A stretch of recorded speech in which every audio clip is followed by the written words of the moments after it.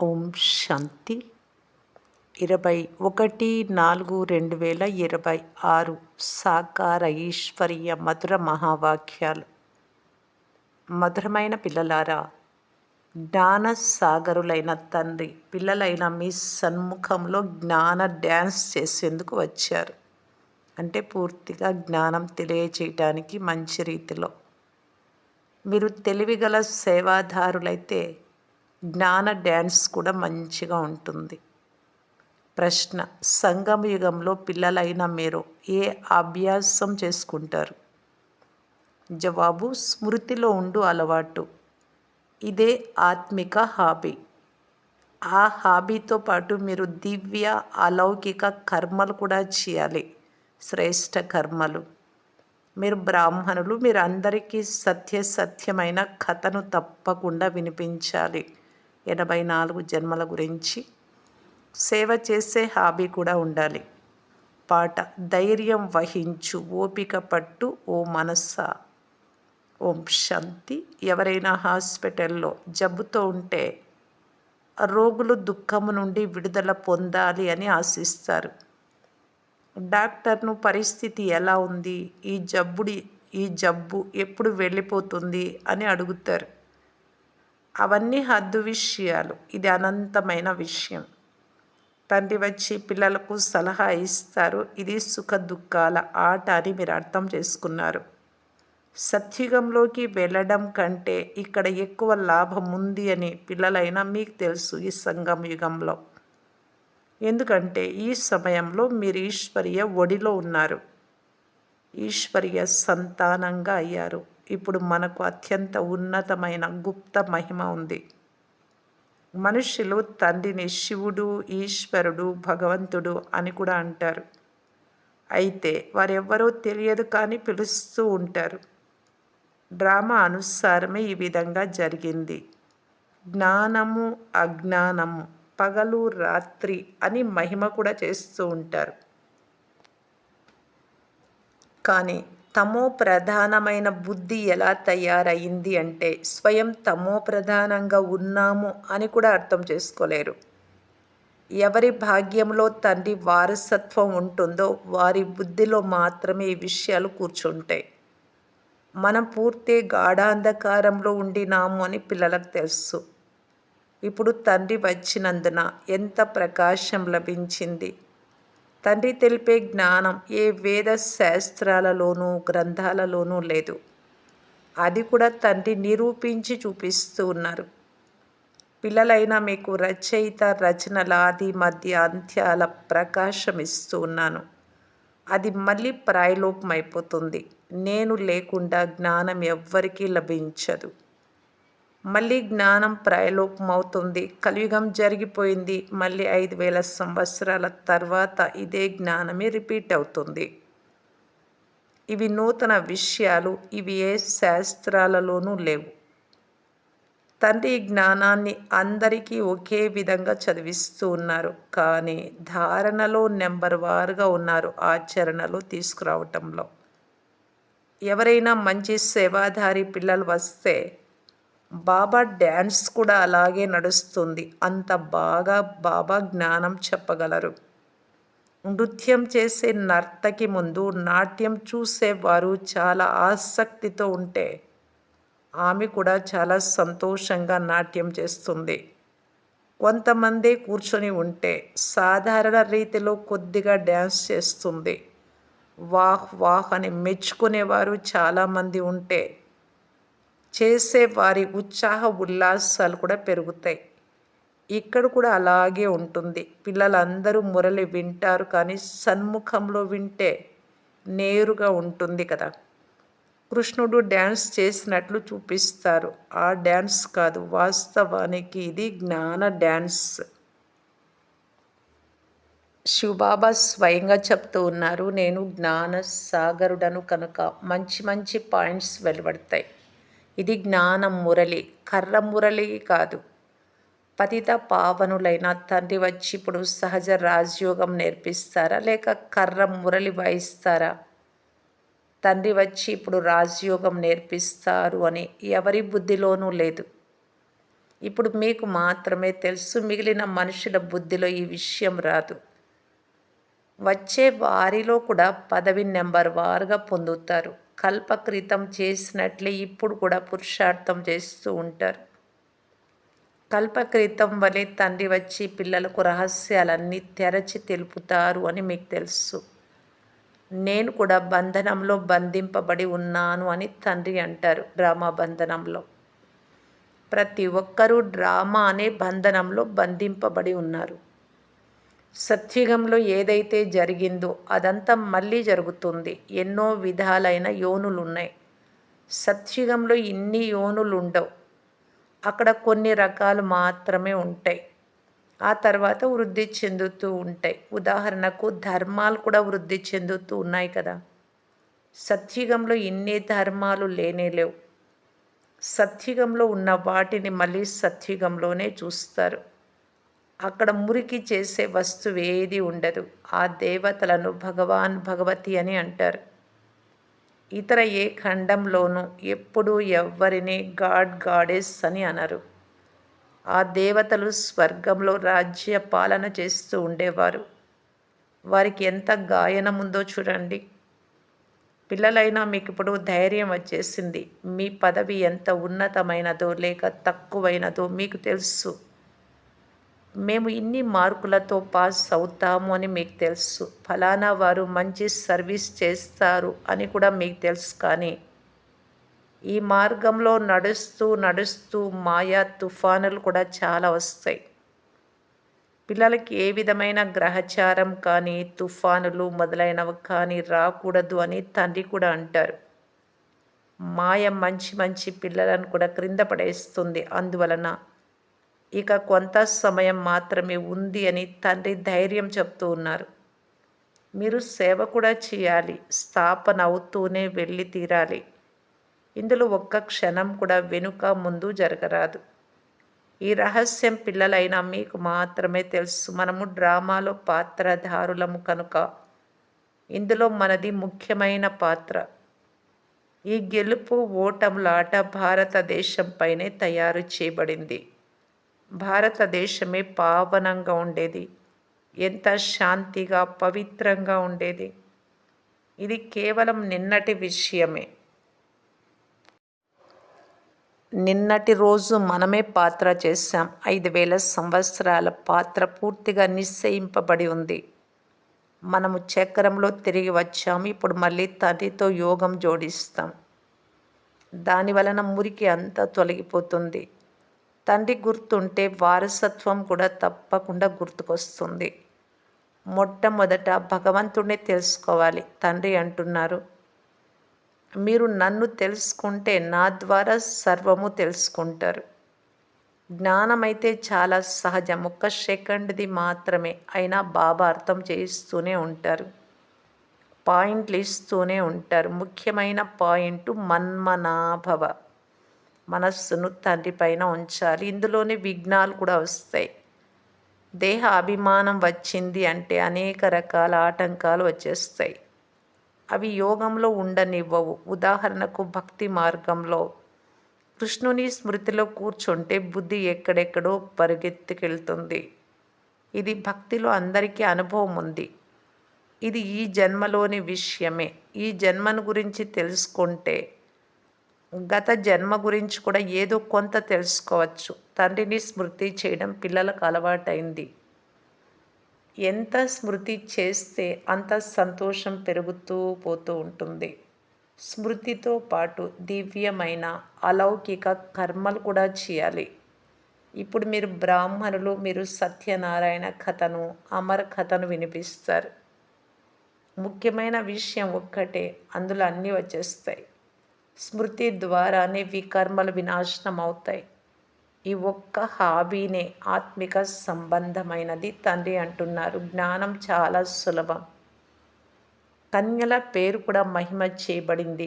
Other కుమారి, వివాహమైనటువంటి వారు. కన్యాకుమారి, కుమారీల పేరు అందరికంటే ఎక్కువ ప్రసిద్ధిగాంచింది. వీరికి ఏ బంధనము ఉండదు. ఆ పతి వికారిగా చేసేస్తాడు. ఈ తండ్రి అయితే స్వర్గంలోకి తీసుకెళ్లేందుకు అలంకరిస్తారు దివ్య గుణాలతో. మధురమైన సాగరంలోకి తీసుకెళ్తాడు. తండ్రి అంటున్నారు, ఈ పాత ప్రపంచాన్ని పాత దేహ సహితంగా పూర్తిగా మర్చిపోండి.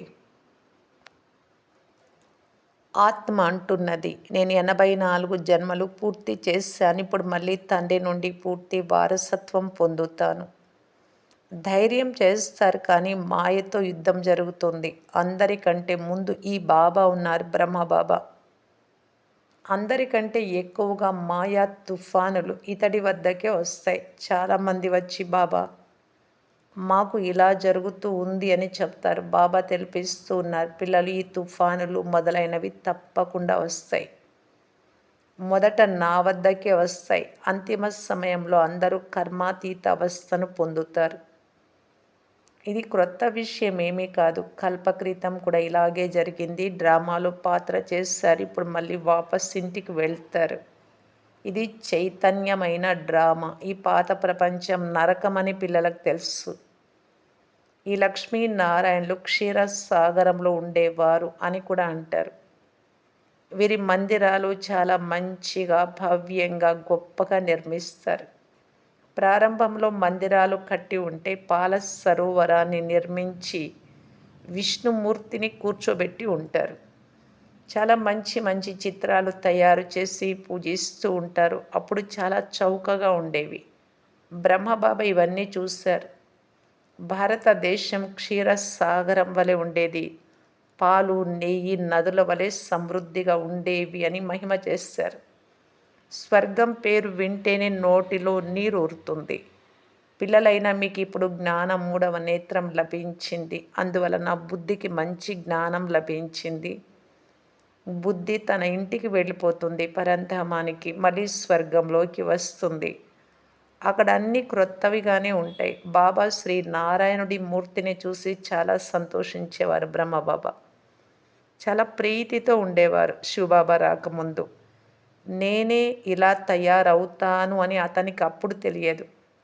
మీకు ఈ జ్ఞానం ఇప్పుడు మీ తండ్రి నుండి లభిస్తోంది. మీకు బ్రహ్మాండము, సృష్టి చక్ర, ఆది మధ్య అంత్యాల జ్ఞానం తెలిసింది. ఈ చక్రంలో ఎలా తిరుగుతారో మీకు ఇప్పుడు తెలుసు. బాబా మనకు రాజయోగం నేర్పిస్తూ ఉన్నారు. పిల్లలైన మీకు చాలా సంతోషం ఉండాలి. ఇక కొంత సమయం మాత్రమే మిగిలి ఉంది. శరీరానికి ఏదో ఒకటి అవుతూనే ఉంటుంది. ఇది మీ అంతిమ జన్మ. ఇప్పుడు మీకు సుఖప్రదమైన రోజులు డ్రామా అనుసారం వస్తాయి. వినాశనం చాలా సమీపంలో ఉంది అని మీరు చూస్తున్నారు. మీకు 3వ నేత్రం లభించింది. మూలవతనం, సూక్ష్మవతనం, స్థూలవతనం గురించి మీరు బాగా తెలుసుకున్నారు. ఈ స్వదర్శన చక్రం మీ బుద్ధిలో తిరుగుతూ ఉంటుంది. సంతోషం ఉంటుంది. ఈ సమయంలో మనలను అనంతమైన తండ్రి టీచర్ అయి చదివిస్తున్నారు. కానీ ఇది క్రొత్త విషయం కనుక మాటి మాటికి మర్చిపోతూ ఉంటారు. లేకుంటే వాస్తవానికి బాబా అంటూనే ఖుషీ మీటర్ పెరిగిపోవాలి. రామతీర్థుడు శ్రీకృష్ణుని భక్తుడు కనుక శ్రీకృష్ణుడి దర్శనం కొరకు ఎంతో కృషి చేసేవాడు. సాక్షాత్కారం అవుతూనే అతడికి చాలా సంతోషం కలిగేది. కానీ దాని వలన ఏం లభించింది? ఏమీ లభించలేదు. ఇక్కడ పిల్లలైన మీకు సంతోషం కూడా ఉంది. ఎందుకంటే 21 జన్మలకు ఇంత గొప్ప పదవి పొందుకున్నాము అని మీకు తెలుసు. 3 భాగాలు మీరు సుఖంగా ఉంటారు. సగము సగము అంటే సుఖం సగం సమయం, దుఃఖం సగము సమయం ఉంటే లాభం ఏముంటుంది? 3 భాగాలు ద్వాపరయుగం దాకా మీరు సుఖంగా ఉంటారు. మీలాంటి సుఖం ఇతరులు ఎవ్వరూ చూడలేరు. మీకు అపారమైన సుఖం ఉంటుంది. మహాసుఖములైతే దుఃఖము అనేది తెలియదు. సంగమ యుగంలో మీరు రెండింటి గురించి తెలుసుకున్నారు. ఇప్పుడు మనం దుఃఖం నుండి సుఖంలోకి వెళ్తున్నాము అని కూడా తెలుసు. ముఖము పగలు వైపు, కాళ్ళు రాత్రి వైపు ఉంటాయి. ఈ ప్రపంచాన్ని కాలితో తన్నాలి అనగా బుద్ధి నుండి మర్చిపోవాలి. ఇప్పుడు వాపస్ ఇంటికి వెళ్ళాలి అని ఆత్మకు తెలుసు. చాలా పాత్ర చేసింది. ఈ విధంగా మీతో మీరే మాట్లాడుకోవాలి. ఇప్పుడు మీరు తండ్రిని ఎంత స్మృతి చేస్తారో అంత మీకు పట్టినటువంటి చిలుము, త్రుప్పు వదిలిపోతుంది. తండ్రి సేవలో ఉంటూ తండ్రి సమానంగా ఎంతగా అవుతారో అంత తండ్రిని ప్రత్యక్షం చేయగలరు. ఇప్పుడు ఇంటికి వెళ్ళిపోవాలి అని బుద్ధిలో ఉంది. అందువలన ఇంటినే స్మృతి చెయ్యాలి. పాత ఇల్లు పడిపోతూ ఉంటుంది. నూతన ఇల్లు ఎక్కడ? పాత ఇల్లు ఎక్కడ? రాత్రికి పగలకున్నంత తేడా ఉంటుంది. స్వర్గానికి, నరకానికి కూడా. ఇది విషయ వైతరణి నది వంటిది. ఒకరినొకరు కొట్టుకుంటూ, జగడాలాడుతూ ఉంటారు. పోతే తండ్రి వచ్చేసారు. ఇప్పుడు చాలా కొట్లాటలు కూడా మొదలయ్యాయి. స్త్రీ పురుషుడికి వికారాలు అందించకపోతే ఎంతో విసిగిస్తాడు. ఎంతగానో తల కొట్టుకుంటారు. కల్పకృతం కూడా అత్యాచారాలు జరిగాయి. ఇప్పటి విషయాలే గాయనం చేయబడతాయి. ఎంతగానో విలపించడం అంటే ఏడవడం కూడా చూస్తారు. డ్రామాలో అదే పాత్ర నడుస్తూ ఉంది. ఇది తండ్రికి, పిల్లలకు మాత్రమే తెలుసు. ఇతరులెవ్వరికీ తెలియదు. పోను పోను అందరికీ తెలుస్తుంది. పతిత పావనులు సర్వుల సద్గతి దాత తండ్రి అని గానం కూడా చేస్తారు. స్వర్గంగా ఉండే భారతదేశం నరకంగా ఎలా అవుతుందో తెలుసుకోండి అని మీరు ఎవరికైనా అర్థం చేయించగలరు. మీరు వస్తే మేం ప్రపంచ చరిత్ర భూగోళమంతా తెలిపిస్తాము అని కూడా మీరు అంటారు. ఈ అనంతమైన చరిత్ర భూగోళం ఈశ్వరునికి, ఈశ్వరుని పిల్లలైన మీకు మాత్రమే తెలుసు. పవిత్రత, సుఖశాంతులు ఎలా స్థాపన అవుతాయో ఈ చరిత్ర భూగోళాలను తెలుసుకుంటే మీరు సర్వము తెలుసుకుంటారు. అనంతమైన తండ్రి నుండి మీరు అనంతమైన వారసత్వాన్ని తీసుకుంటారు. దీనిని గురించి మీరు వచ్చి తెలుసుకోండి అని అందరికీ చెప్పండి. చాలా టాపిక్స్ ఉన్నాయి. ఇప్పుడు పిల్లలైన మీ వద్ద పూర్తి జ్ఞానం అంతా ఉంది. జ్ఞానసాగరులైన తండ్రి నుండి జ్ఞానం లభిస్తుంది. ఇప్పుడు పిల్లలైనా మీ బుద్ధిలో పూర్తిగా నిండి ఉంది. ఖుషి మీటర్ కూడా పెరిగిపోతుంది. జ్ఞానం బాగా నిండే కొలది. పూర్తి జ్ఞానం మీ వద్ద ఉంది. జ్ఞానసాగరులైన తండ్రి నుండి జ్ఞానం లభిస్తూ ఉంది. మళ్ళీ మీరే వెళ్ళి లక్ష్మీనారాయణులకు అవుతారు.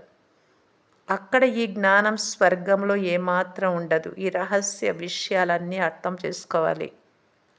పిల్లలు మెట్ల చిత్రం గురించి చాలా బాగా తెలుసుకున్నారు కదా. ఈ చక్రం 84 జన్మలది. ఇప్పుడు మనుషులకు కూడా ఈ జ్ఞానం స్పష్టం చేసి వినిపించాలి. దీనిని ఇప్పుడు స్వర్గము లేక పావన ప్రపంచమని అనరు.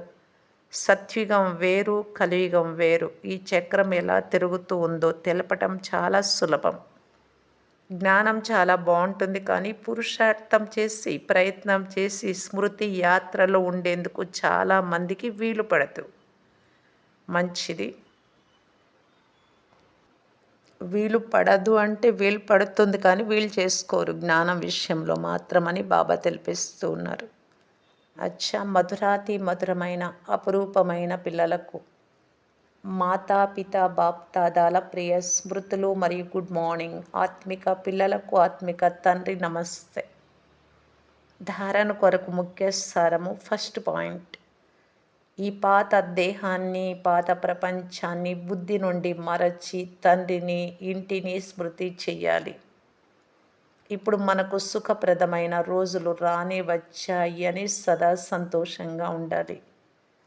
సెకండ్ పాయింట్, జ్ఞానసాగరులైన తండ్రి ద్వారా లభించిన జ్ఞానాన్ని స్మరణ చేస్తూ చేస్తూ బుద్ధిని పూర్తిగా నింపుకోవాలి. దేహ అభిమానంలోకి వచ్చి ఎప్పుడు ఏ విధమైన గుటకలు మింగరాదు. వరదానము, సదా ఏకరస స్థితి యొక్క సింహాసనంపై విరాజమానమై ఉండే, అంటే ఆత్మిక స్థితిలో ఒకే విధంగా భృకుటి సింహాసనాన్ని అధిష్ఠించినటువంటి వారి బాప్దాదా హృదయ సింహాసనాన్ని అధిష్ఠించగలరు. దానికే బాబా అంటూ ఉన్నారు, బాప్దాదా హృదయ సింహాసన అధికారీ భవ. బాప్దాదా హృదయ సింహాసనం అన్నిటికంటే శ్రేష్టమైన సింహాసనం బాబా హృదయంలో చోటు లభించడము అంటే. కానీ ఈ సింహాసనంపై కూర్చునేందుకు స్థిరమైన కదలని అంటే అచల్ అడోల్ ఏకర స్థితి అనే ఆసనం కావాలి. ఒకవేళ ఈ స్థితి అనే ఆసనంపై స్థితం అవ్వలేకపోతే బాప్దాదా హృదయ రూపీ సింహాసనంపై స్థితం అవ్వలేరు.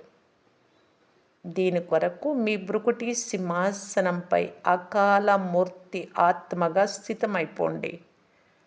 ఈ సింహాసనంపై మాటి మాటికి కదలకుండా ఉంటే, చంచలం కాకుండా ఉంటే బాప్దాదా హృదయ సింహాసనంపై విరాజమానం అవ్వగలరు.